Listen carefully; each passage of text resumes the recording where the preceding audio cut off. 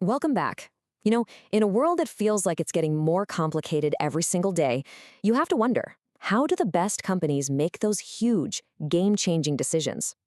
Well, that's exactly what we're cracking open today, the incredible power of strategic business analysis.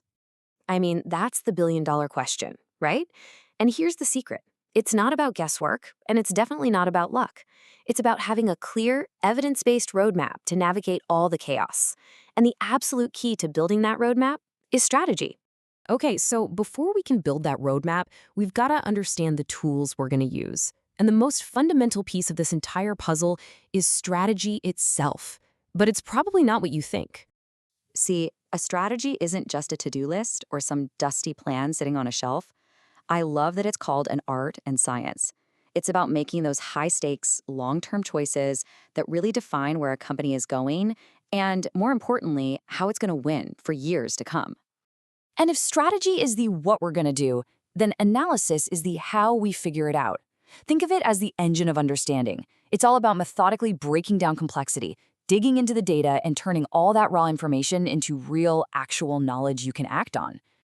So you guessed it. When you put these two powerhouse concepts together, you get strategic business analysis. It's where those big, visionary goals meet cold, hard investigation. And next up, we're going to see how this powerful combo actually works in the real world. So what does this analysis engine really do? I mean, how does it take a company and just completely transform its ability to compete and to win? And there it is. Strategic business analysis is basically the bridge that gets you from a giant sea of information over to a smart, evidence-based decision. It's the process that lets leaders look at their own company, the good and the bad, and the world around them with total clarity so they can act with real confidence. Now, this brings us to a really critical point. Back in the day, a lot of big decisions were made on gut feeling and experience. But today, the game has totally changed. The fuel for this entire engine is data.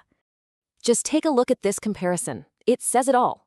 Now, don't get me wrong, experience and gut feel are valuable for sure, but relying on them alone is super risky. And let's be honest, we all have our biases. A data-informed approach doesn't ignore intuition. It stress tests it. It takes those gut feelings and holds them up against verifiable evidence, which dramatically lowers the risk of making a really costly mistake. And this is where the data works its magic. It lets you spot trends before everyone else does. It allows you to actually model the financial outcome of a choice before you spend a dime. And this is huge. It lets you test your core assumptions. And then, once you've made your move, it helps you track everything with KPIs to see if the strategy is actually working. So where does all this amazing data come from? Well, everywhere. A really smart analyst knows you have to look both inside the company, at your financials, your customer data, and outside, at what your competitors are doing, what the market looks like, and the economy as a whole. You combine all of these sources, and that's how you get that complete 360-degree view of the world. Okay, so how in the world do analysts make sense of all this data? I mean, they're not just staring at spreadsheets until their eyes cross. They use a powerful set of tools, frameworks, to give their thinking some much-needed structure and discipline. Now, don't worry about memorizing this whole chart. Let's just grab a couple to see how they work. Take Pestel analysis. This is kind of like your wide-angle lens, your telescope. It forces you to look at the huge political, economic, and social trends that could totally reshape your world. Then you've got something like Porter's 5 Forces, which is more like a microscope. It zooms right in on your specific industry to understand the competitive heat.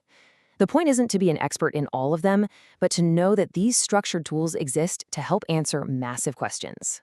And this is so, so important. The real magic happens when you start layering these frameworks together. For instance, a company could use Pestle and spot this growing trend of environmentalism. Then they might use a tool like VRO to look inside and ask, okay, do we have the valuable, rare, and hard-to-copy resources to actually build a product that leads in this new green market? Using them together gives you this rich, multi-layered picture you just can't get any other way. So what's the end game? Where does all this work lead? Why go through all the trouble? Well, it all boils down to one thing: building a real, lasting advantage over your competition. This right here, this is the payoff. When you do this work, you stop just reacting to things and you start anticipating there. You see opportunities before they're obvious to everyone else. You make sure your money and your people are aimed at the right targets. And you build a company that's nimble, that can pivot and move fast when the world inevitably changes. Ultimately, this is the prize. We're not talking about just having one good quarter. We're talking about sustainable success. A competitive advantage is what lets a company consistently outperform its rivals over the long haul. And that kind of advantage, it's built on a foundation of sharp, disciplined, strategic analysis. So I'll leave you with this question to think about, whether it's for your own work or just a company you find interesting. Is its strategy, its path forward, built on old habits and assumptions, or is it built on the solid, powerful foundation of evidence? Because honestly, the answer to that question makes all the difference in the world.